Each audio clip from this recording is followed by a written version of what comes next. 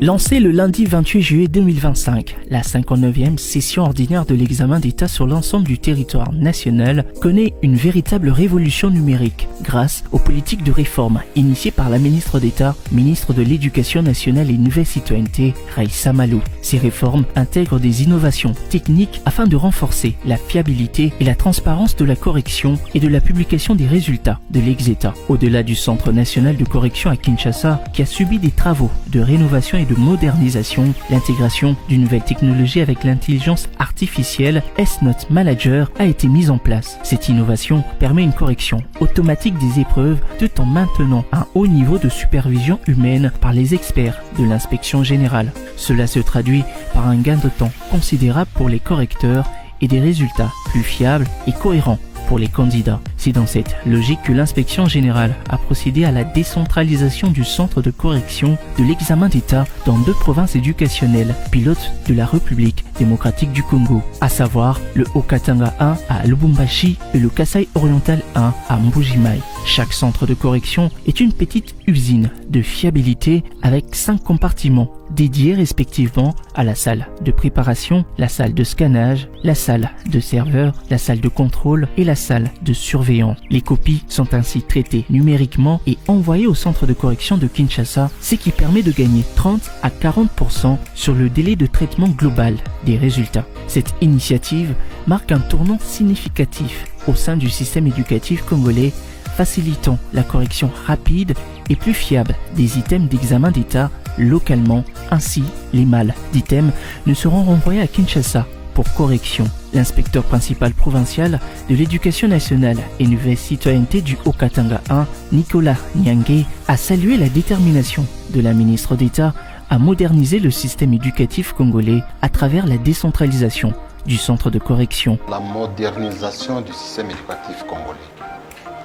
Et la modernisation du système éducatif congolais passe par l'introduction des techniques de l'information et de la communication. L'introduction des techniques de l'information et de la communication constitue le 5e principe directeur du plan quinquennal. C'est ainsi que, passant à l'œuvre, elle a pu introduire l'intelligence artificielle dans la correction de l'examen d'État. Elle a pu permettre ainsi l'extension du centre de correction de l'examen d'État à Lubumbashi, dans la province du Haut-Katanga. Nous menons les opérations en rapport avec le dépouillement des copies, le scannage des copies des élèves et enfin une salle de contrôle. Ce sont des opérations préliminaires du centre de correction qui se faisaient au niveau national. Maintenant, ces opérations-là vont se faire au niveau de la province.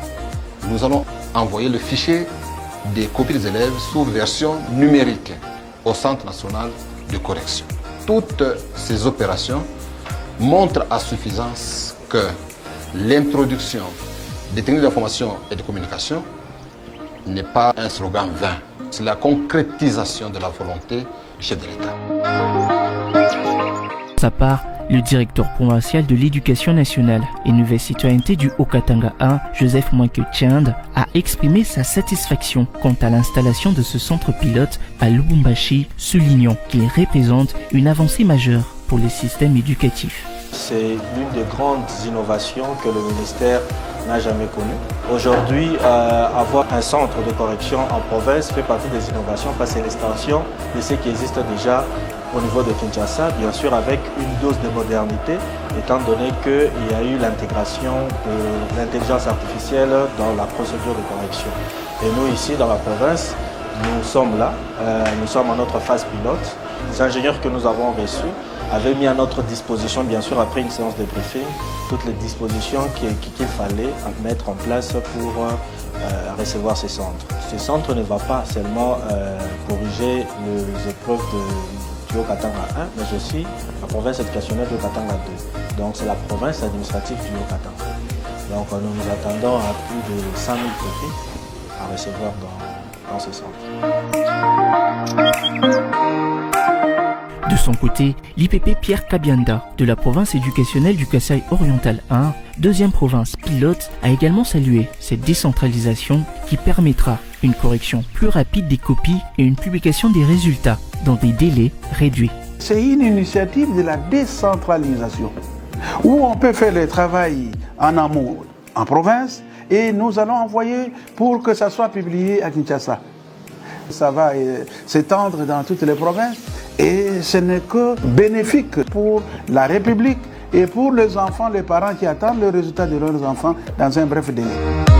La décentralisation du centre de correction est une étape essentielle vers une éducation de qualité en République démocratique du Congo et le ministère de l'Éducation nationale et Nouvelle Citoyenneté s'engage à étendre cette initiative dans d'autres provinces éducationnelles dans les jours à venir afin de tirer profit des avantages de l'intégration des technologies de l'information et de la communication.